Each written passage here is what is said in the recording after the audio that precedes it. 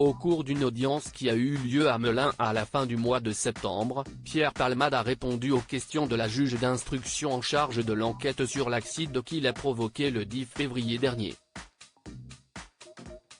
Il a ainsi brisé le silence sur les victimes de la terrible collision dont il est responsable. Le 26 septembre dernier, Pierre Palmade a répondu aux questions de la juge d'instruction du tribunal de Melun en Seine-et-Marne dans le cadre de l'enquête sur le grave accident qu'il a provoqué le 10 février dernier. Le Parisien a dévoilé en exclusivité le contenu de l'échange de la magistrate avec celui qui est mis en examen pour homicide et blessures involontaires par conducteur ayant fait usage de produits stupéfiants en état de récidive légale, des qualifications susceptibles d'être modifiées en blessure involontaire après qu'un rapport d'expertise médicale a établi la mort in utero de l'enfant de la passagère qui se trouvait dans le véhicule percuté par celui de l'humoriste. Le comédien de 55 ans a fait 3 blessés graves dans cette collision violente, pour qui il a une culpabilité qui ne cesse de croître, rapporte le quotidien d'Île-de-France. L'enquête est catégorique, si une faute humaine n'est pas un problème de véhicule et encore moins la conduite de la voiture qui l'a percuté qui est en cause dans ce terrible crash.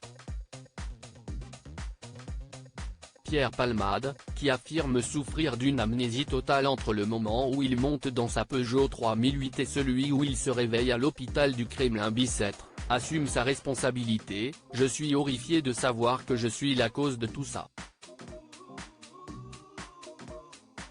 répond Pierre Palmade. Quand j'ai su petit à petit les gravités, j'ai su d'abord pour le conducteur, j'ai vu toute l'ampleur des dégâts, la femme enceinte, notamment sa peur de ne plus pouvoir avoir d'enfant, ça m'a laminé. C'est monstrueux. J'ai bousillé la vie d'une famille. Je m'endors et je me lève avec ça, sincèrement. Ce qu'il souhaite, c'est que les victimes se rétablissent le plus vite possible.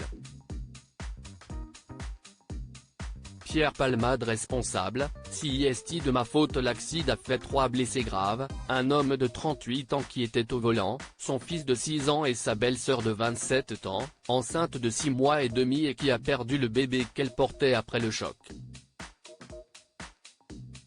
La juge lui a rappelé, en détail, les blessures qu'il a causées. Le conducteur souffre d'une infirmité permanente de la main gauche et doit subir encore de nombreuses opérations.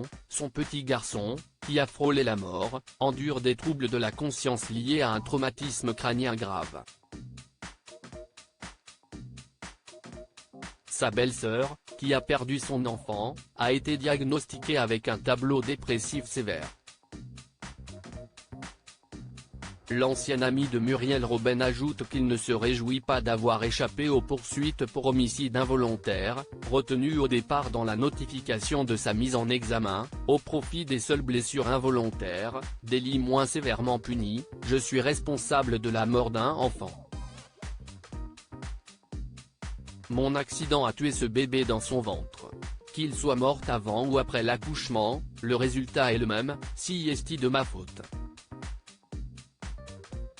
Assumant les conséquences de ses actes, l'acteur qui a fait un AVC 2 semaines après la collision, il a subi alors une opération de la carotide pour éviter toute récidive, se pose également en victime d'un lynchage, dégueulasse.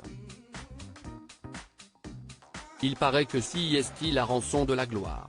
On m'accuse de pédopornographie entre autres affabulations. Je ne réponds pas pour pas que ça ne se retourne contre moi. Il est actuellement sous contrôle judiciaire avec interdiction de quitter la Nouvelle-Aquitaine et l'obligation de se soigner contre son addiction. Un mal qui l'a fait faire une rechute, qu'il a reconnu lors de son interrogatoire.